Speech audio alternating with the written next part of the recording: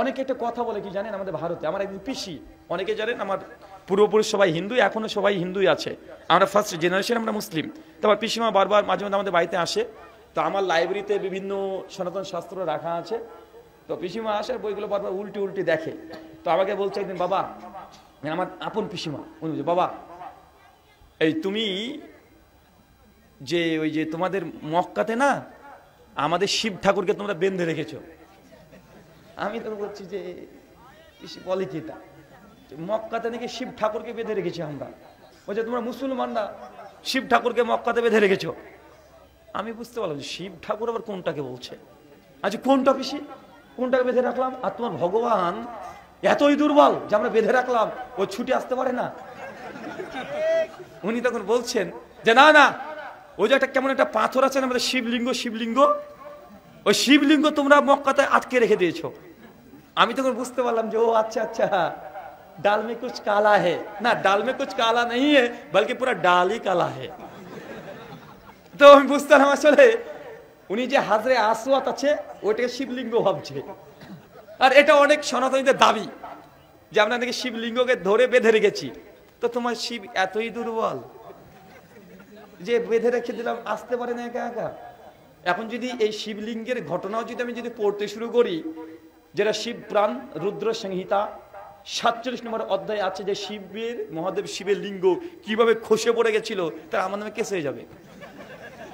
আমি পড়তেও চাই না। মহাদেব, নীলকণ্ঠ, রুদ্রা, মাহেশ্বর, 108 খানা নাম আছে শিবের, 108 খানা। তো তার লিঙ্গ কিভাবে খসে পড়েছিল, কারণ এগুলো বলতে গেলে বিপদ আমার, আমি বলতেও চাই না, কোনো সমালোচনাও করতে চাই না। তবে শাস্ত্রে কথা লেখা আছে, মূল কথা যে শিবলিঙ্গ, শিবলিঙ্গ কি রে ভাই, এটা তো বুঝলাম না। তো এটা এখন আধুনিক যেসব মডারেট হিন্দু সনাতনী তারা বলছে আসলে লিঙ্গ মানে ওটা নয়, এই লিঙ্গ মানে আসলে চিহ্ন, চিহ্ন। আসলে লিঙ্গ মানে যদি চিহ্নই হয়, তার মানে যদি ধরে নি লিঙ্গ মানে তারা ওই প্যানিসকে বুঝাচ্ছে না, কিন্তু আসলে লিঙ্গ মানে প্যানিসকে বুঝায়। যে কোনো সংস্কৃত ডিকশনারি দেখলে লিঙ্গাম এর অর্থ প্যানিস, পুং জনন ইন্দ্র, এটাকে বোঝানো হয়। কিন্তু তারা আধুনিক যেসব হিন্দু আছে তো বলছে না না না না না না, মানে এটা বলে কেমন একটা দেখায় যে এই জিনিসের পুজো হয় নাকি, তো এটা তারা মানতে চায় না। তো আধুনিক যারা মডারেট হিন্দু তারা বলছে না না, আসলে লিঙ্গ বলতে ওই জিনিস নয়, লিঙ্গ বলতে চিহ্ন, এটা চিহ্ন। আচ্ছা এটা যদি ধরে নিই, তাহলে তোমাদের মক্কাতে তো ওই লিঙ্গ বেঁধে রাখা নাই, তাই না? কারণ এটা তার মেটাফরিক্যালি মাজাজান অর্থ নিচ্ছে, হাকিক অর্থ নিচ্ছে না। আর যদি বলে যে না লিঙ্গ মানে লিঙ্গই, তাহলে শ্বেতচিত্র পরিষদ অধ্যায় নম্বর 6 শ্লোক সংখ্যা 9 ব্রহ্মা তিনি বলছেন, কি বলছেন? নাচশ্চ কশ্চিৎ পতিরাস্তি লোকো নাচে সীতা শিকারানাম কর্ণপাদীপ নাচশ্চ কশ্চিৎ জনিতন জনিপা। যিনি ঈশ্বর হবেন, নাচশ্চ কশ্চিৎ পতিরাস্তি লোকো নচ লিঙ্গমা, যিনি ঈশ্বর হবেন নচ লিঙ্গমা, তার কোনো লিঙ্গ থাকবে না। তো শাস্ত্র তো বলছে লিঙ্গই থাকবে না। আমি পিসিমাকে যখন শাস্ত্র করে দেখাচ্ছি যে এই শাস্ত্র যে বলছে লিঙ্গই থাকবে না, তো তোমার লিঙ্গ ওখানে শিবলিঙ্গকে বেঁধে রাখলো কি হবে? আসলে এটা হাজরে আসওয়াদ, যেটা আপনারা দেখেন ছবিতে, যে হাজরে আসওয়াদ এইভাবে একটা স্টিলের মতো দেখতে, গর্ত আছে, ভেতরে একটা পাথর। আচ্ছা শিবলিঙ্গ কি অমন দেখতে? শিবলিঙ্গ তো ওরকম না, শিবলিঙ্গ তো মূলত এইভাবে থাকে, থাকে না এইভাবে। আর হাজরে আসওয়াদ কি আছে? গর্ত, ভেতরে আছে। আসলে পাথরটা কি জানেন, উমাইয়া খেলাফতের সময় ওই পাথরকে একবার চুরি করে নিয়ে চলে গেছিল, দিয়ে 7-8 খানা টুকরা হয়ে গেছিল, ভেঙে গেছিল, ভাঙা পাত। ভালো করে গুগলে আপনি সার্চ করে দেখেন হাজরে আসওয়াদ স্টোন, যে লিখেন দেখবেন পাথরের অনেকগুলো টুকরো আছে, এখন 12টা ভাগে ভাগ হয়ে গেছে, মানে 12টা টুকরো আছে পাথরের। ওটা একটা বড় পাথর ছিল, ওপরে এখন ভেঙে চূর্ণ বিচ্ছিন্ন হয়ে গেছে। আর যেহেতু হাজিরা গিয়ে ওখানে গিয়ে চুম্বন করে, অনেকে নিয়ে চলে আসার পরিকল্পনা করে, তার জন্য বাইরে স্টিল দিয়ে, মেটাল দিয়ে ওটাকে মানে ঘিরে দিয়েছে। তো ওই যেটা দেখছেন গোল আছে, ওটা পাথর নাই, ওর ভেতরে পাথর রাখা আছে, একটু ছোট্ট একটা পাথর রাখা আছে। তো ওটা লিঙ্গ কিভাবে হলো রে বাবা? আচ্ছা দেখেন, মূল কথা হচ্ছে, অনেকে বলে তাই তোমরা তো মূর্তি পূজা করছো, তোমরা মূর্তি পূজা করছো না, যে হাজরা আসাদকে চুম্বন দিচ্ছ, কাবাকে তাওয়াফ করছো, এটা তো মূর্তি পূজা, এটা তো প্যাগানিজম।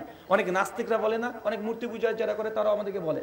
আচ্ছা বলেন তো, পৃথিবীতে কোনো মূর্তি পূজারীকে দেখেছেন যে তার দেবতাকে চুমু দিচ্ছে? কখনো কি দুর্গাকে কেউ চুমু দেয়? মা কালীকে চুমা দেয়? শিবের কপালীকে চুম্বন করে? জিজাসের ফটো থাকে, জিজাসকে চুম্বন করে? মাদার মেরির ছবিটাকে খ্রিস্টানরা পুজো করে, তাকে চুম্বন দেয়। আরে চুম্বন দেওয়া এটা ইবাদত নয়। চুম্বন দেয় ইবাদত? আরে ভাই, আপনি আপনার স্ত্রীকে প্রতিদিন রাত করে চুম্বন দিচ্ছেন, আপনি কি ইবাদত করছেন নাকি? চুম্বন দেয়া এটা ভালোবাসার প্রতীক। এটা কি? এটা ভালোবাসার ফিলিংস, আমরা ভালোবাসি। সে বুখারী 12 নম্বর হাদিস আছে, আল্লাহ নবী ওমর ইবনে খাত্তাব লাঠি নিয়েছে, যে হাজরা আসাদ করছে, এই হাজরা আসাদ, তুই আমার ভালো করতে পারিস না, খারাপও করতে পারিস না, তোকে আমি চুম্বন দিচ্ছি এই জন্য, যেমন নবী চুম্বন দিচ্ছে এই জন্য, যে নবী না দিত লাঠি নিয়ে তো রেডি, মানে ভাঙবে। আচ্ছা, আমরা কাবা শরীফে উঠে দাঁড়াই কি দাঁড়াই না? কথা বলেন, দাঁড়াই না? কোন মূর্তি পূজারী তার দেবতার উপরে দাঁড়াতে পারবে? হ্যাঁ, আমরা মূর্তি পূজা করছি না, এটা মূর্তি পূজা নয়। চুম্বন দেওয়া মূর্তি পূজা নয়। মূর্তি পূজা কোনটা? কোন সৃষ্টি বস্তুকে আধ্যাত্মিক শক্তি আছে, ঈশ্বর জ্ঞানে ভক্তি করা, ইবাদত করা, উৎসর্গ করা, এটাকে বলা হয় ইবাদত করা, বা এটাকে বলা হয় উপাসনা করা। তো আমরা কি কালো পাথর কাছে গিয়ে বলি, হে কালো পাথর সুন্দর একটা বউ দাও, বলি? আমরা তো বলি না। এবং তারা গিয়ে বলছে, হে লক্ষ্মী দেবী, মাতা লক্ষ্মী তুমি আমাকে টাকা দাও। কারণ লক্ষ্মী হচ্ছে টাকা পয়সার দেবী। কিসের দেবী? লক্ষ্মী, মা লক্ষ্মী কিসের দেবী? টাকা পয়সার দেবী, প্রচুর টাকা। আর ওই যে ইয়ে আছে সরস্বতী, বিদ্যার দেবী। কিসের দেবী? বিদ্যার দেবী। তো পুজো যদি করতে হয় বিদ্যার দেবীর কাছে পুজো করবে, তাহলে তোমার অনেক বিদ্যা হবে। তো আমরা তো জীবনে মুসলমানরা কোনোদিন সরস্বতী পুজো করলাম না, আমরা আবার পড়াশোনা পারি কিভাবে? একটা প্রশ্ন তো চলে আসে, তাই না? আমরা কি পুজো করি নাকি? পুজো তো করি না। তো যাই হোক, আমি সে বিষয়ে কথা বলতে চাই না, কথা বললে অনেকগুলো বলা যায়।